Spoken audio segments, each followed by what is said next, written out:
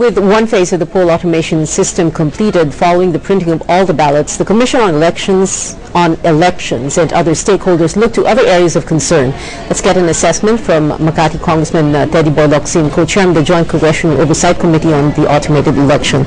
Good afternoon, Congressman Locsin. Good afternoon. Good afternoon. Hi, Pia. Hi, Tony. Yeah. Sir, hindi po ba the printers of the ballots, well, the printers belong to Smartmatic team, right? And there was some concern about what's going to happen to them. Is there going to be a step? The printers, sir. Yung printers po. The machine. The machine, sorry, the machine. The machines? Obviously, they're going to be taken away by Smartmatic, no? Yeah. Although NPO is trying to see if they can acquire at least one. What for? To print extra ballots? No. It's over. But for the future, for other printing purposes. Okay. Kasi there was a concern on the part of Smartmatic nga na para nga hindi magkaroon ng sobrang balota. Yes, na baka magamit sa mga di ka nais-nais ng mga scenario, no? Yun na nga, no? Na dapat na-secure yan. And then they're supposed to ship them out pala. You mean ship them out of the plant? Of the country. Out of the country. Well, there is a little problem there because on the other hand, we have critics who say, what if there is a need to reprint certain ballots? So this has to be discussed with COMELEC, whether we should just ignore these critics, as I always tell them to do, if they don't know what they're talking about. Or just give in to them and then keep the machines here until after the elections. Okay. Do you have any concerns about the ballots, whether they're tamper-proof or not, and anything and everything about them? Security No, not issues? at all. The UV mark is there. It's easily discernible by a UV lamp. There are other security features. Actually, what my concern is really, and I don't know how real it is because it's every election that I have participated in, they always say that the enemy will send the first 300 voters in, say at 3 o'clock in the morning to stand outside, and they will delay. Yes, parang babagalan daw nila. COMELEC will address that next week. I think they will put a deadline for a voter to fill it up. Okay. I expect the usual retards in the opposition to come up with the strange theory that in fact you have a constitutional right to take your blessed time voting. Really? Wala, di ba? None. There's no such thing. None. You have a right to vote, but you don't have a right to take 1 hour to vote. That's right, because then you're impinging on the rights of others to vote. Right. So I think the COMELEC can regulate that, but of course we'll expect, as I said, the usual retards to come up with that. Do you have an idea what deadline they're going to give? Like how many minutes? What, 1 minute, 3 minutes? No, that's too short. This is what I noticed in Hong Kong.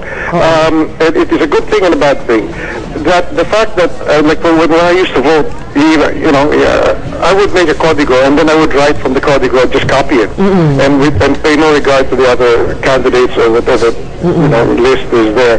But now I noticed in Hong Kong that 1 or 2 voters would have their código, but on the other hand they start reading the entire ballot. And then it's like they say, well, maybe this is even better than my original choice. Yeah, okay. That is a factor that we have to consider. There will be people who will be doing that, and that's a good thing, to change your mind and not come in with a list. Yeah, Well, but whatever it is, whether they come in with a list and they don't read all the names in the ballot, or they take a certain amount, there should be a deadline. And there should be a deadline. Is COMELEC going to give a, apart from the deadline, para bang may, the amount of time that you are allowed to do it. And if they go beyond that time, pwede na silang sitahin? I don't know what exactly they will say, whether the BI will go to the person and say, you're interested in voting or not. If you not, get out. Yeah. Dapat ganon. Para mabilis. We should have a Teddy Boy Locsin in every precinct. Oh, God. Yeah. Okay. Other concerns after this? One concern was addressed, and it wasn't actually my idea. Someone pointed out from the media itself that said, well, so much for failure of elections, because down that the ballots have all been printed, they have their security features. Even if say 82,000 standalone machines all stop functioning on that day and cannot count, we say at 6 o'clock in the evening they all refuse to count, which is an impossibility. But should that happen, then you have the ballots anyway. Right. So you can have a manual count, but whether you should have a parallel manual count, I oppose that. Okay. Because you'll have two results and you'll have trouble. Okay. The COMELEC is supposed to make the results known, I understand. Hindi po ba? Sa isang website ata, they will post results from the election returns. Yes. But they're not going to tally.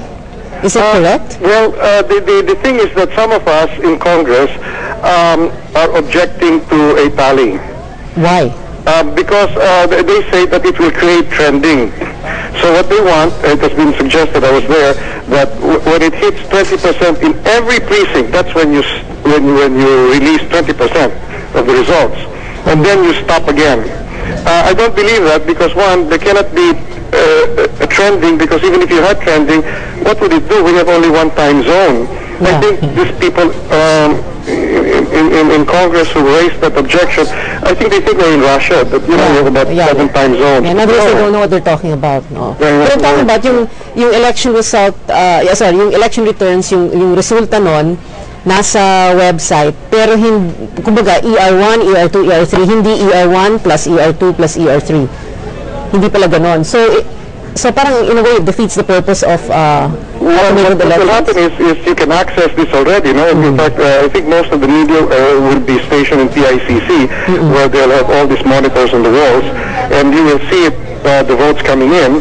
All of that will be, of course, unofficial, but you'll all know the results anyway. Congress insists on the printed election returns and canvas. Okay, so you're very confident. Of course, we will have elections on election day, and practically nil this possibility of failure of elections, the entire scenario. Yeah, well, as I was asked questions there at the printing office, and I said, look, we have addressed these concerns of the PICO's arrival, as Chairman Wallace said. We have addressed the printing of the ballots, which is completed ahead of time. But really, at the end of the road, the proof of the pudding will be even in the manual election, the elections themselves. But I said that those of us who have stepped forward are willing to stake our faces on that, that this will work, whereas, well, I don't know about the critics. Yeah, I remember for the longest time, every time it was election day, leading up to election day, so many people complaining about, we should automate, and then finally, now that we're automated, ito ang daming mga...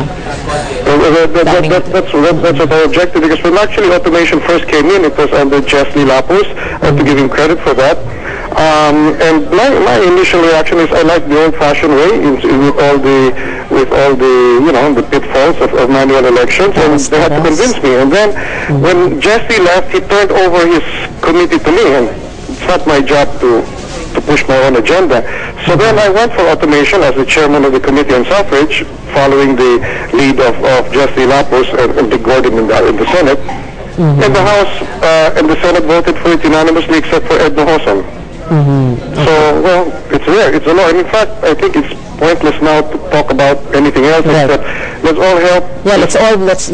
Yeah, because these guys are not going to change their minds, and they're not going to postpone the elections to switch to manual. Right. Let's just be vigilant, every last one of us. That's right, yeah. What wine, by the way, were you drinking earlier? Okay. Surprisingly, very good quality. Okay. Buti hindi natapon sa sa balot. Exactly, I said, please, we had a problem in Hong Kong with dampness. Right. All we need now is a spot of champagne. But apparently as you can see, Commissioner Larrazabal is very good in popping a bottle of champagne. He was able to make it pop without spilling anything on the machine. Okay. Sana ganito din yung celebration, 2 days after election day. All right. Okay. Thank you very much. Thank you very much. Congressman Teddy Boy Locsin. Salamat po, sir.